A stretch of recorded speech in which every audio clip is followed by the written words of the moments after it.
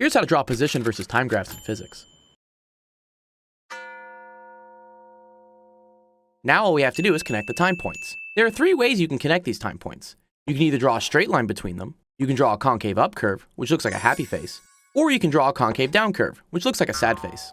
The trick to knowing which connecting line to use is to look at what the acceleration is. If the acceleration is positive, you'll use a concave up curve. If the acceleration is negative, you'll use a concave down curve. And if there's no acceleration, you're just going to use a straight line. Now, since the dog is on a rocket that's accelerating up, this means it has positive acceleration. Because of this, we're going to use the concave up curve to connect our points between t equals 0 and t equals 4 seconds. Now let's connect the next two time points from when the rocket engines have stopped working, when the dog has reached a maximum height of 25 meters. Again, we have three options for how we can connect these two time points. We can either draw a straight line, a concave up curve, or a concave down curve.